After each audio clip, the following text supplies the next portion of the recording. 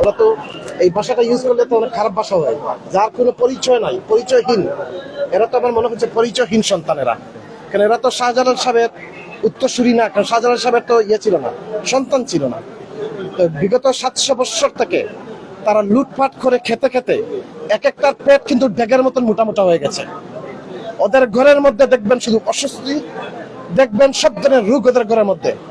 এবং এই যে এরপরে থাকলে হচ্ছে যে গরুর মাংস, ছাগলের মাংস, মুরগির মাংস বড় বড় রান খেয়ে খেয়ে একটা একটা করে শুধু বাচ্চা পয়দা করে করে 300টা নাকি পরিবার করে ফেলছে তারা, শুধুমাত্র এই মাজারের ডেককে লুটপাট করে খাওয়ার জন্য। এবং আমি মনে করি এটা ইমিডিয়েটলি স্টপ হওয়া দরকার, এবং এটাই স্টপ হতেই হবে। আমরা শুনেছি যে 6 একর জায়গা এবং 50 কোটি টাকা দিয়ে একটি আন্তর্জাতিক মানের একটা হসপিটাল করতে চাচ্ছেন, এই বিষয়ে যদি বলতেন। পাশাপাশি এই যে মাজারের যে টাকাগুলোকে আসলে কিভাবে কাজে লাগানো যায় জনগণের কল্যাণে, কোনো প্রস্তাবনা আপনার আছে কিনা? দেখেন, যে কোনো জিনিস এটার জন্য একটা টিম বসে মিটিং করতে হয়, এটা যে রোডম্যাপ তৈরি করতে হয়। আমি এই পরিকল্পনাটা করতে হয়। আমি আপাতত যেটা আমি উপস্থিতভাবে যেটা বলেছিলাম যে আমার বাইপাসের মধ্যে আমার জায়গা আছে, সেই জায়গা থেকে আমি 6 একর জায়গা আমি দিয়ে দিব এই বাইপাসের মধ্যে, এই আমাদের নতুন ক্যান্টনমেন্টের পাশে। 2 নম্বর যে জিনিসটা, আমি নিজে 50 কোটি টাকা অবদান রাখবো যদি পুরা সিলেটবাসী এককভাবে একতা হয়ে তারা বলে আপনি এটা করেন, তাহলে আমি এই কাজটা করলাম। আর মাজারের যে টাকাটা আছে প্রত্যেকটা পাই টাকা হিসাব নিকাশ করে আমরা এই হসপিটালের মধ্যে ইনজেক্ট করলাম, তাহলে আমরা হসপিটাল মাজার জিয়ারত করতে আসবে, তারাও সেবা নিল, সিলেটের মানুষের সেবা হলো। আপনি দেখেন উসমানী হাসপাতালের মধ্যে গিয়ে দেখেন, লজ্জা লাগে যে রুগীরা হচ্ছে রাস্তার মধ্যে শুয়ে আছে, চিকিৎসা পাচ্ছে না, হার্টের রুগী, ক্যান্সারের রুগী। ওরা কি আমাদের যে সিলেটি না? ওরা কি আমাদের ভাই বোনরা না? আমরা একটু পরিবর্তন নিয়ে আসতে হবে। মেডিকেলে উন্নত আমাদের সিলেট উন্নয়ন না। সিলেটের মধ্যে আপনি যদি রাস্তাঘাটে হাঁটেন, যতটা হসপিটাল আছে সব কমার্শিয়াল, সব কমার্শিয়াল এলাকায় করছে, কমার্শিয়াল ভাবে, শুধু টাকা কামানোর জন্য, সেবা দেওয়ার জন্য না। তো আমি চাচ্ছি একটা হসপিটাল সেবা দেওয়ার জন্য, সেখানে আমি আমার জায়গা, আমার জমির দামটা যে মিনিমাম হলে প্রায় 25-30 কোটি টাকা জমির দাম হবে, আরো 50 কোটি টাকা যদি আমি এখানে ইনভেস্ট করি, অলমোস্ট 100 কোটি টাকার মতন হয়ে যাবে। তো আমার কথা হচ্ছে, এখন শাহজালালের যে মাজারে যে টাকাটা আছে, এই টাকাটা কিয়ামত পর্যন্ত এটা গণনা হতে হবে, কিয়ামত পর্যন্ত এই টাকাটা গুনতে হবে একদম, এবং প্রকাশ্য গুনতে হবে। এবং এই টাকাটা যদি আমি আবার বলি, যদি কেউ মনে করে যে এই টাকাটা গোনার এত সময় নাই, ভাই সময় নাই, তুমি তোমার কাছে থাকো, এখানে যে মানুষ আছে এরা হলো এখানে টাকাটা গণবে, গোনার পরে এই টাকা থেকে তাদের যে শ্রমের টাকা দেওয়া হবে, ঠিক আছে? যারা গণবে, গোনার পরে এই টাকা থেকে যে মানুষগুলো কষ্ট করলো 2 ঘন্টা 4 ঘন্টা একদিন নিয়ে, তাদেরকে এই টাকা থেকে তাদের শ্রমের টাকা দেওয়া হবে, যাকে বলা সম্মানী দেওয়া হবে। আর এই টাকাটা, মাজারের টাকাটা, আমি বলতেছি এই টাকাটা যেন লুটপাট না হয়, এই টাকাটা যেন লুটপাট না হয়। আর তারা যদি মনে করে যে তারা কখনো এই টাকা নেয় নাই, এই যে কিছু কিছু নতুন কথা আসতেছে, সমস্যা নাই, সরকার তদন্ত করুক, তারা যদি নির্দোষ হয় তাহলে তো নির্দোষ, আর নির্দোষ যদি না হয় তাহলে তারা ক্রিমিনাল। শাহজালালের যে কার, শাহজালাল হলো জনগণের, আমাদের পাবলিক প্রপার্টি। এটা শাহজালাল সাহেব হচ্ছেন আমাদের সবার জন্য আসছিলেন। এই মাজারে যে টাকা আসবে এটা পাবলিকের টাকা, এটা 300 বছর থেকে ওরা ডাকাতি করতেছে, 700 বছর থেকে ওরা ডাকাতি করতেছে, চুরি করতেছে, ওরা বাচ্চা পয়দা করতেছে, একটা একটা করে পয়দা করতে করতে 300টা পরিবার নাকি করছে, এখন 300টা পরিবার এই মাফিয়াদের মতো লুটপাট করতেছে। ওদের পিছনে আপনি দেখেন রাজনৈতিক মাফিয়া আছে। আবার যদি খাদেমদের দায়িত্ব দেওয়া হয় কোনোভাবে, কার কাছে খাদেমদের যদি আবার দায়িত্ব দেওয়া হয়, তাহলে কি আপনার কি মন্তব্য এই ব্যাপারে, অভিমত? আমি পুরা সিরাপ নিয়ে এসে ওদেরকে সবগুলোকে ধর্ম, এবং এর পিছনে শক্তিগুলা কি, ওই শক্তিগুলা ধর্ম। আমার কথা হচ্ছে, আমাদের সিলেটের মানুষ ঐক্য পছন্দ করে, একতা পছন্দ করে। আমাদের সিলেটের মানুষ হচ্ছে শান্তিপ্রিয় মানুষ। আমি অবাক লাগে কি কারণে আমাদের একটা নেতা ওই বুথের কারণে মানুষগুলো কেউ একটু দাঁড়ায় না। এই যে আপনি দেখেন মাদ্রাসা আছে, মাদ্রাসাটা তো ডেভেলপ করা যেত, মাদ্রাসার ডেভেলপমেন্ট হচ্ছে না।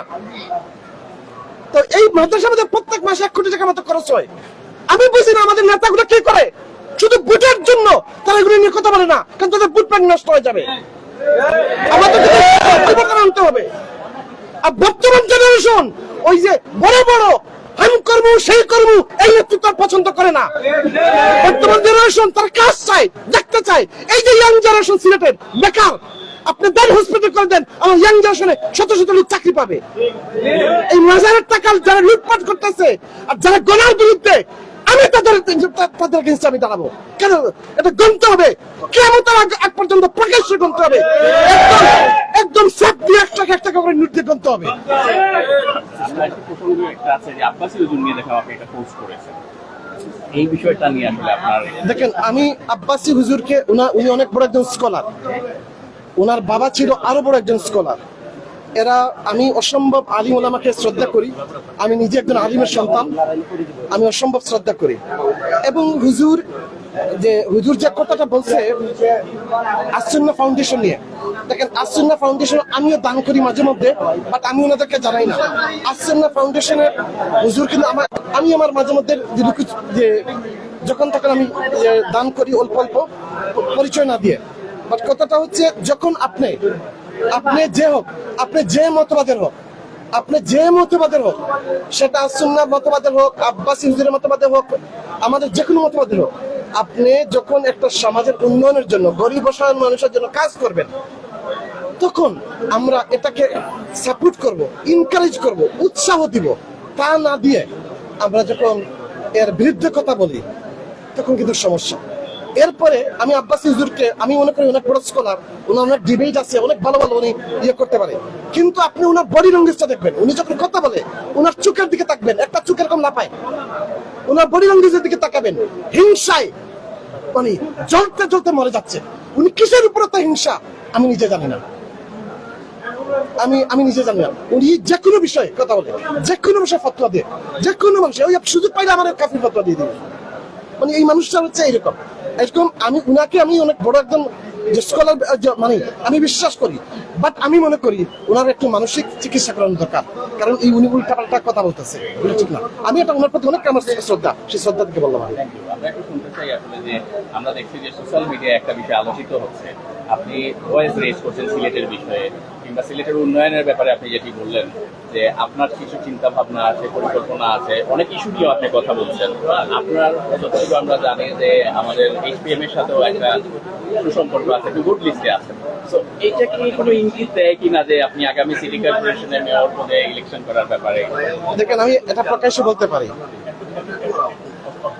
হ্যাঁ, মাননীয় প্রধানমন্ত্রী আমাকে চিনে, আমি বিশ্বাস করি আমাকে হয়তো স্নেহ করে, বিশ্বাস করি। এবং আমি ওনার সাথে আমার কোনো রাজনৈতিক সম্পর্ক না। অনেক বিষয়ে আমি ওনার সাথে আমি যোগাযোগ করি। আমি কখনো কোনো পলিটিক্যাল ভাবে আমি ওনার সাথে যোগাযোগ করি না। আমি হয়তো ওনার একজন ছোট ভাইয়ের মতন বলেন, অথবা হয়তো একজন ছোটখাটো একজন কর্মী হিসাবে আমি আমার মতন করে ওনার সাথে আমি ডাইরেক্ট যোগাযোগ করার চেষ্টা করি। আমাকে এই রাজনীতি নিয়ে, আমার ওনার সাথে যখন রাজনীতি নিয়ে কথা হয়েছিল একদিন একটা কফি টেবিলে, এবং সেই কফির বিলটা ওনার পকেট থেকে উনি নিজে পে করছে আমার জন্য, আমাকে বিল দিতেও দেয় নাই। সেই সময় আমি ওনাকে বলছি আমি রাজনীতি পছন্দ করি না, আমি রাজনীতির মধ্যে থাকতে চাচ্ছি না। সিলেটের মেয়রি যে নির্বাচনটি আপনি কথা বলতেছেন, এটা তো রাজনীতি না, এটা তো সিলেটের মানুষের জনকল্যাণের জন্য। এখন আমি আজকের তারিখ পর্যন্ত আমি সিদ্ধান্ত নেই নাই, কালকের তারিখে কি হবে সেটা বলতে পারি না। আমি আপাতত কোনো সিদ্ধান্ত নেই নাই। তবে একটা জিনিস এই সিলেটের মানুষ জানে, এই মাত্র আর আমাকে অপছন্দ করতে পারে, প্রকাশ্য অপছন্দ করতে পারে, আমি নিজে জানি আমার মধ্যে হয়তো ভালো গুণ নাই, কিন্তু একটা জিনিস সেও জানে, তার পুরো পরিবার জানে, তার যে বন্ধু বান্ধব সবাই জানে, এই ছেলে টাকা মেরে খাবে না গরিবের, এটা কিন্তু সবাই জানে। এই জিনিস সবাই বিশ্বাস করে, এটা জানে যে এই ছেলে কারো টাকা মেরে খাবে না। ঠিক আছে, আপনি যদি সিলেটের সত্যিকারের একজন ভালো মেয়র আসে এবং সিলেটের টাকাটা সিলেটের মধ্যে বন্টন করে সিলেটের উন্নয়নে কাজ করে, তাহলে তো সিলেট অনেক একটা সোনার সিলেট হয়ে যাবে। আজকে নামাজ পড়ে ফাহিম ভাই কি দোয়াটা করেছেন, বিশেষ কোনো দোয়া করেছেন কিনা আজকে নামাজের পর, নামাজ আদায়ের পর? একটা দেখেন, আমি তো ফেদায়ে মিল্লাতি মুজাহিদে আজম আমিরের শরীয়ত রাহবার জানি হিসেবে কুতুবুল আলাম, আমি একজন আল্লাহর পাপী বান্দা। আমি সবসময় আমি দোয়াগুলা করি বেশি অংশ সাজদার মধ্যে, এবং আমি আল্লাহর কাছে একটা জিনিস শুধু সবসময় দোয়া করি, আল্লাহ আমাকে হযরত আবু বকর সিদ্দিক, হযরত ওমরের রাজনীতি করার সুযোগ করে দাও। যেতে মানে এলাকা আমাদের সিলেটের উন্নয়নের জন্য, আমার মানুষের উন্নয়নের জন্য সততা নিয়ে কাজ করার। কারণ আমার জীবনে একটা শখ, আজকে বলি কোনদিন হয়তো মরে যাব, শখের একটা কথা বলি। আমি মাত্র হুজুরের সাথে কথা বলে আসছিলাম, আমি খুব ছোটবেলা থেকে আমি শাহাদাতের মৃত্যুর ভিক্ষা চাই আল্লাহর কাছে। আমি ভালো কিছু করে শাহাদাতের মৃত্যু মরতে চাই। এবং সিলেটের পরিবর্তন আমি দেখেন, আমি না হয় আজকে ভয়েস রাইজ করলাম, আমি আজকে মরে গেলে কালকে আরেকজন দাঁড়াবে, কিন্তু সিলেটকে পরিবর্তন করে আনতে হবে। এই সিলেটের সবাইকে একতা করে এই মাফিয়ার রাজনীতি থেকে আমাদের সিলেটকে বাঁচাইতে হবে সবার আগে। সিলেট ধর্মবিরু বা ধর্মপরায়ণ আমরা দেখি, বায়াস ম্যান আপনি। তো এক্ষেত্রে আপনার অনেক সময় ভিডিওতে আমরা দেখি যে মিউজিক ভিডিও অ্যাড করে, এইটার কারণটা কি?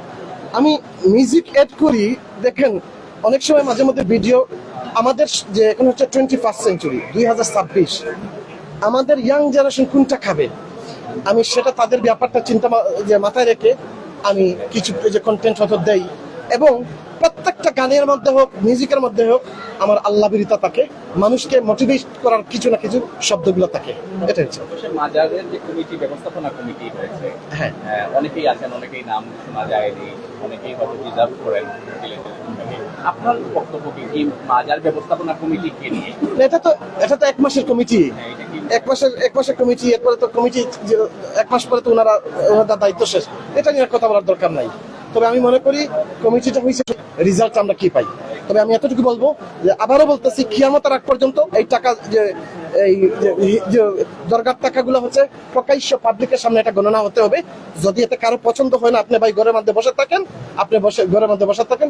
এই এলাকার মানুষ এমনি অনেকের চাকরি নাই, অনেক কিছু নাই, তারা নিজে কষ্ট করে টাকাগুলা এক টাকা করে গণবে, গনে কিন্তু তারা হিসাব করবে।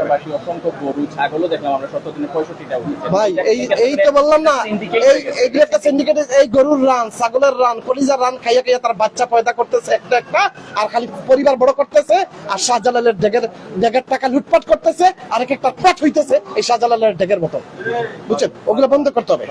এখন হচ্ছে আমাদের যে জিনিস হচ্ছে কি, এইগুলোর হিসাব নিকাশ, ওগুলা বিক্রি করে, যে মনে করেন কাজীর বাজার, গরুর বাজার যে আছে, একটা মোটামুটি একটা কন্ট্রাক্ট, ওগুলো বিক্রি করে এখান থেকে তারা নিল, টাকাটা হলো ব্যাংকে জমা দিয়ে গেল। সারোয়ার সাহেব মানুষ কেমন ছিল সেটা আমি জানি না, বাট আমি একটা কথা বলতে পারি, ও কিন্তু সিলেটের মানুষের চুপ খুলে দিয়েছে। এবং সবচেয়ে মজার ব্যাপারটা হচ্ছে, আমাদের সিলেটের মানুষ সবসময় তারা ইউনিটি পছন্দ করে, আজ আমরা সবাই একক হয়ে গেছি এই ব্যাপারে। আমাদের প্রথম বাইরে আর কোনো কিছু মেসেজ থাকলে ফাইন বাই বলতে পারেন, লাস্ট ফিউ ওয়ার্ড।